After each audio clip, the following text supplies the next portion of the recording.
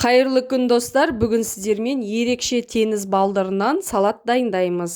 Арнама қош келдіңіздер. Ең алдымен теңіз балдырын кешкі уақытта мен суға салып қойдым. Менде бір пакетик қана болды. Осылай суға салып қоясыздар, ол бірнеше рет ұлғаяды. Көріп тұрғаныңыздай ұлғайды. Одан кейін оны ыстық суға 1 минуттай қайнатып аламыз. Қайнатып алған теңіз балдырымызды дұрыстап шайқап бірнеше рет. Одан кейін үстіне 3 сарымсақты өткізіп аламыз. Осылай 1 шай қасық паприка, 1 шай қасық кинза қостым. Одан кейін қара бұрышты қоссаңыздар болады.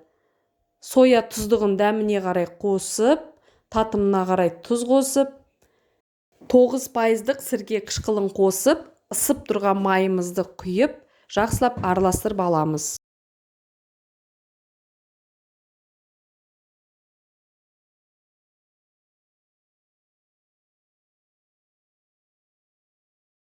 Бұл салаттың үстіне менде кинза болды. Одан кейін мен кинзаны турап, үстіне салып, тағы да араластырып алдым.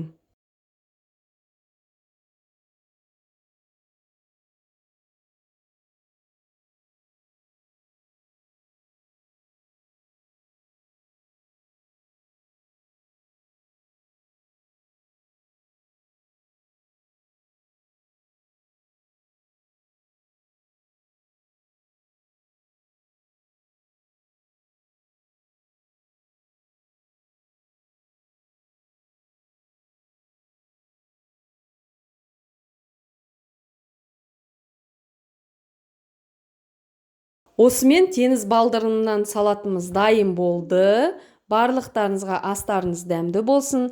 Егер видеом ұнап жатса, астына лайк басып, пікір қалдырып, арнама тіркелуді ұмытпаңыздар.